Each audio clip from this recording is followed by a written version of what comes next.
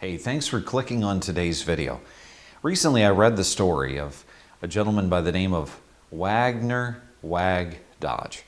The year was 1949 and they were basically fighting in Montana in the Helena National Forest, a small brush fire, but it was very difficult to get to, and so as a result, the National Forest Service called Wag and said, you need to come in with your smoke jumpers. You need to parachute in and you need to fight this fire. So they got called in and they landed, and what was really just basically a small brush fire that they thought they were going to easily extinguish and move on, well, it turned out to be something very different, because as soon as they got there, the wind shifted and that fire went from a small brush fire to engulfing over 3,000 acres. Now the problem was intensifying. It was getting worse because the fire was growing, the wind was picking up, and all of a sudden, all 16 of these men found themselves pinned between the face of a 1,200-foot cliff at a 73-degree angle and this fire. And they were thinking that there was no way that they were going to escape unless they scaled the face of the cliff. The problem is that none of the men had ever been trained to actually climb a mountain, let alone one that was at a 73-degree angle. Number two, they were not trained to climb and to escape without their packs. You see, they had always been trained that no matter what you did, you never left your backpack behind. You never left your tools behind.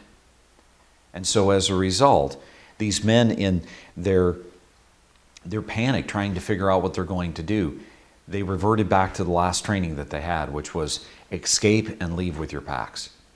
Unfortunately, as they began to scale the face of the cliff, they realized that they could not climb the mountain fast enough because they were being weighted down by their backpacks and all the tools. And yet they were not going to give up the backpack. 3 of the 16, Wagner Wag Dodge, he thought about something that he had learned, that he had read a long time ago about the Plains Indians. And the Plains Indians, when they found themselves in a prairie fire, would create what was called an escape fire. They would intentionally set a perimeter around themselves on fire. And the idea was that when the fire actually made it to this burnt over dirt, there was nothing there for the fire to escape, and the fire would literally, or for the fire to consume, and so it would literally jump over the Indians, and they called it an escape fire. Wag tried his best to convince all of his men to try this, but he was only able to convince 2 other men. And that day, unfortunately, only Wag and those 2 other men survived, while the other 13 perished. Now, what's the lesson here? I believe the lesson is that there's always going to be changes. There's always going to be things that are coming at you. For many of you, you're going to be retiring shortly. And you've always been trained that no matter what happens, you keep your money in the stock market. My question to you is that good advice in light of the situation? You see, the stock market is a wonderful place to grow your money, but is it a wonderful place to create income? And the answer to that is not really. It can provide some, but it really will not likely provide the predictable, repeatable, steady output of income that you personally need in retirement. So in the same way that Wag thought outside of the box, he reverted back to something that was old and archaic and something that would have been never considered as a viable alternative to save one's life. Guess what? Going back to the old-fashioned technology of the Indians actually did save his life.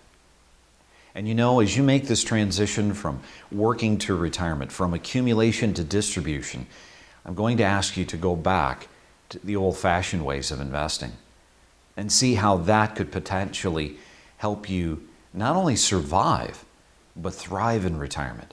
Going back to fixed income type instruments, things that are going to produce interest and dividends so that you don't have to cannibalize and sell your shares of principal and potentially run out of principal before you run out of life. So, in consideration of all of this, remember, just because it's unfamiliar, just because it might be a little old-fashioned, doesn't mean that it's not a good tool for you to have. If I can, I want to ask you one other favor. If you've gotten some value out of today's video, please like and subscribe. Give us the thumbs up. I'm certain that the subscribe button is here or here or here or here. I'm not certain where it's at. But please hit the subscribe button. Please share this with your friends. And if you want to be alerted every single time that we do a video, please hit that little bell so you'll get notified each time we produce a new video. Thanks so much for watching, and remember, it's up to you to make today a great day.